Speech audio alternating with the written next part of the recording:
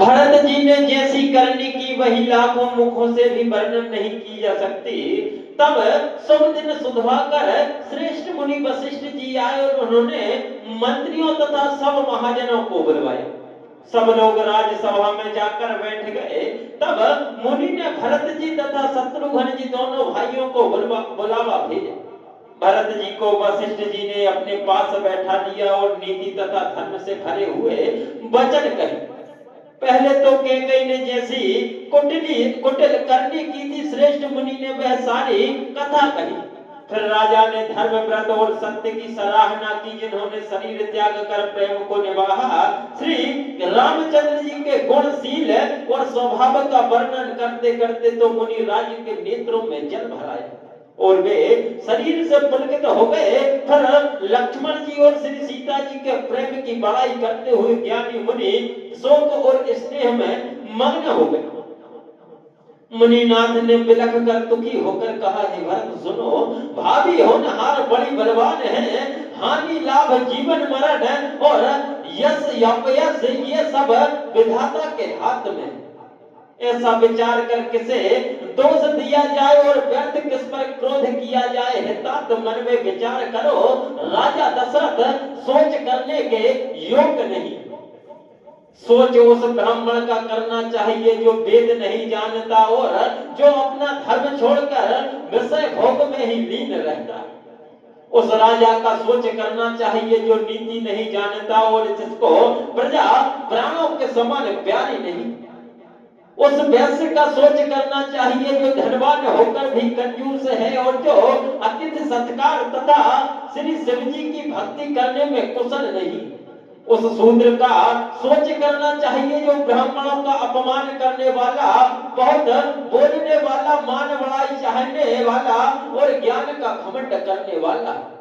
पुनः उस स्त्री का सोच करना चाहिए जो पति को छलने वाली, कुटिल, कलह प्रिय और स्वच्छचारिणी है। उस ब्रह्मचारिणी का सोच करना चाहिए जो अपने ब्रह्मचार्य व्रत को छोड़ देता है और उस गुरु की आज्ञा के अनुसार नहीं चलता। उस गृहस्थ का सोच करना चाहिए जो मोहवश कर्म मार्ग का त्याग कर देता है। उस सन्यासी का सोच करना चाहिए जो दुनिया के प्रपंचों में फंसा हुआ है और ज्ञान वैराग्य से हीन है। बनप्रस्थ वही सोच करने योग्य है जिसको तपस्या छोड़कर भोग अच्छे लगते हैं। सोच उसका करना चाहिए जो चुगलखोर है, बिना ही कारण क्रोध करने वाला है तथा माता पिता गुरु एवं भाई बंधुओं के साथ विरोध रखने वाला।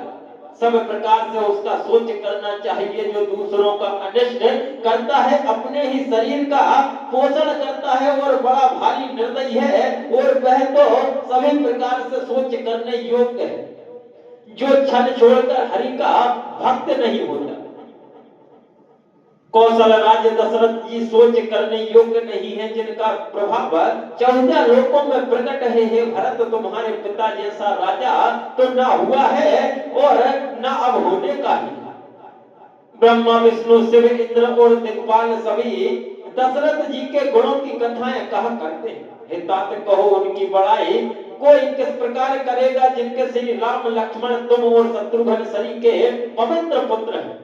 राजा सब प्रकार से बड़भागी थे, उनके लिए विषाद करना व्यर्थ है। सुन और समझकर सोच त्याग दो और राजा की आज्ञा सिर चढ़ाकर तदनुसार कार्य करो। राजा ने राजपद तुमको दिया है, पिता का वचन तुम्हें सत्य करना चाहिए।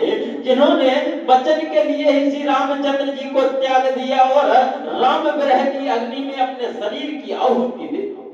राजा को वचन प्रिय थे, प्राण प्रिय नहीं थे, इसलिए हितात पिता के वचनों को प्रमाण सत्य करो, राजा की आज्ञा सिर चढ़ाकर पालन करो, इसमें तुम्हारी सब प्रकार सब तरह से भलाई।